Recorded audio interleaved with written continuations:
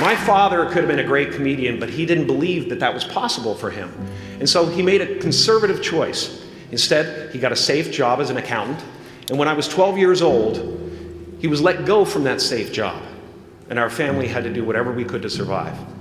I learned many great lessons from my father, not the least of which was that you can fail at what you don't want. So you might as well take a chance on doing what you love. It's not the only thing he taught me, though.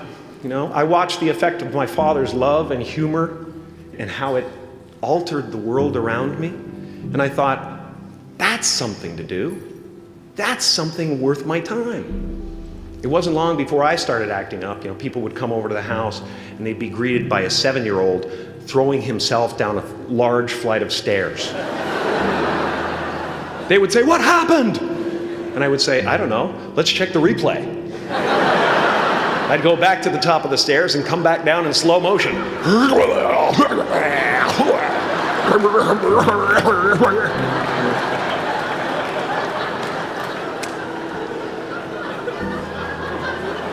It was a very strange household. My father used to brag that I wasn't a ham, I was the whole pig. And he treated my talent as if it was his second chance. When I was about 28, after a decade as a professional comedian, I realized one night in LA that the purpose of my life had always been to free people from concern, just like my dad. And when I realized this, I dubbed my new devotion the Church of Freedom from Concern. The Church of FFC.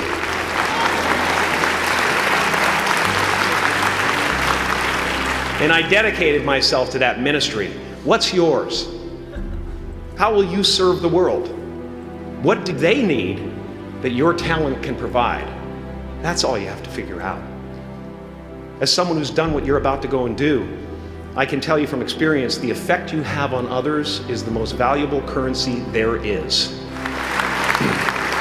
Because everything you gain in life will rot and fall apart, and all that will be left of you is what was in your heart. My choosing to free people from concern got me to the top of a mountain. Look where I am. Look what I get to do. Everywhere I go. I'm going to get emotional because when I tap into this, it really is extraordinary to me. I did something that made people present their best selves to me wherever I go. I've often said that I wished people could realize all their dreams and wealth and fame, and so that they could see that it's not where you're going to find your sense of completion. Like many of you, I was concerned about going out into the world and doing something bigger than myself, until someone smarter than myself made me realize that there is nothing bigger than myself. Because life doesn't happen to you, it happens for you. How do I know this? I don't, but I'm making sound, and that's the important thing. That's what I'm here to do. Sometimes I think that's the only thing that's important, really, you know? It's just letting each other know we're here, reminding each other that we're part of a larger self. Your job is not to figure out how it's going to happen for you, but to open the door in your head, and when the door opens in real life, just walk through it. And don't worry if you miss your cue, because there's always doors opening. They keep opening. And when I say life doesn't happen to you, it happens for you, I really don't know if that's true. I'm just making a conscious choice to perceive challenges as something beneficial so that I can deal with them in the most productive way. You'll come up with your own style. That's part of the fun. Oh, and why not take a chance on faith as well? Not religion, but faith. Not hope, but faith. I don't believe in hope. Hope is a beggar. Hope walks through the fire and faith leaps over it.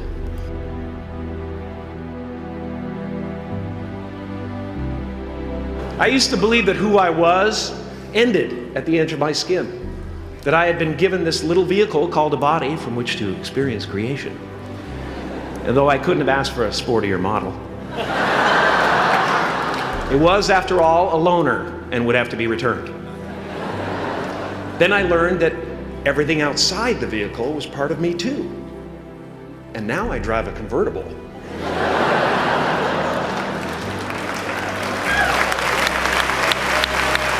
Yeah, man. Top down, wind in my hair. Woo! I am elated and truly excited to be present and fully connected to you at this important moment in your journey. I hope you're ready to open the roof and take it all in. You are the vanguard of knowledge and consciousness, a new wave in a vast ocean of possibilities. On the other side of that door, there's a world starving for new ideas, new leadership. I've been out there for 30 years. She's a wildcat. Oh, she'll rub up against your leg and purr until you pick her up and start petting her, and then out of nowhere, she'll swat you in the face. It can be rough out there, but that's okay, because there's soft serve ice cream with sprinkles. I guess that's what I'm really trying to say here today. Sometimes it's okay to eat your feelings. Now, fear is going to be a player in your life, but you get to decide how much. You can spend your whole life imagining ghosts, worrying about the pathway to the future, but all there will ever be is what's happening here, and the decisions we make in this moment, which are based in either love or fear. So many of us choose our path out of fear disguised as practicality. What we really want seems impossibly out of reach and ridiculous to expect, so we never dare to ask the universe for it. I'm saying I'm the proof that you can ask the universe for it. Please.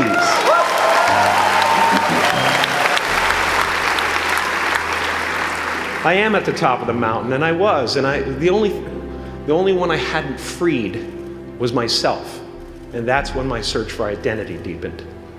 I wondered who I'd be without my fame. Who would I be if I said things that people didn't want to hear? Or if I defied their expectations of me?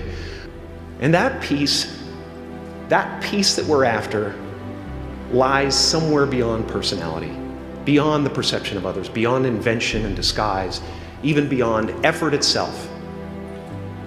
You can join the game, fight the wars, play with form all you want, but to find real peace, you have to let the armor go. Your need for acceptance can make you invisible in this world. Don't let anything stand in the way of the light that shines through this form. Risk being seen in all of your glory. My soul is not contained within the limits of my body. My body is contained within the limitlessness of my soul. Now I'm always at the beginning. I have a reset button, and I ride that button constantly. Once that button is functioning in your life, there's no story that the mind could create that will be as compelling. The imagination is always manufacturing scenarios, both good and bad, and the ego tries to keep you trapped in the multiplex of the mind.